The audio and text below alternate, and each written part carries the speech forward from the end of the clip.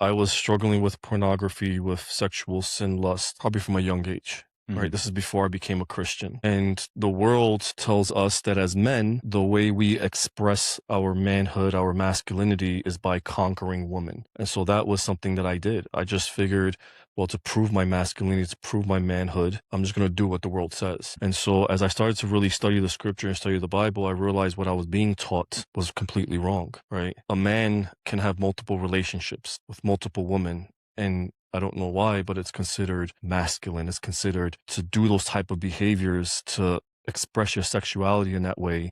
You're considered more of a man. And I think for me, it was like, okay, if I'm doing these things, why do I feel empty? I'm getting darker and darker into Mm. this very black space that I don't want to be in. And I remember just one day just crying out to God. And I said, God, I'm going to be honest, I was angry, right?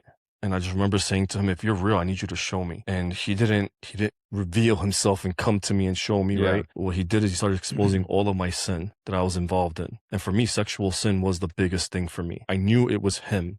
I knew he was convicting me. I knew he was working in me. And I remember I just started confessing everything to him, and I started crying and saying, I'm so sorry, forgive me of my sin. And I remember the moment that happened. It was like, for me, I felt like a cleansing come upon me, Mm. upon my heart.